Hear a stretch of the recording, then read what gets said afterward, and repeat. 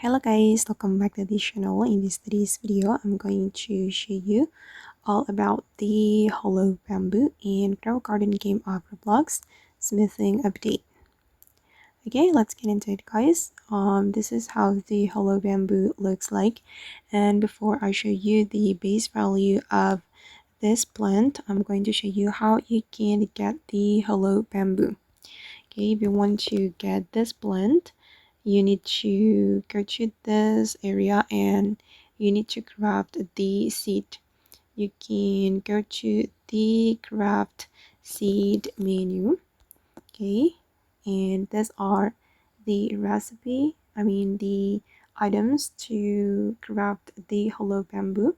You will need rare coal, legendary coal, bamboo, cactus seed, and also shackles. Okay, and after you get the seed, you can plant it on your garden.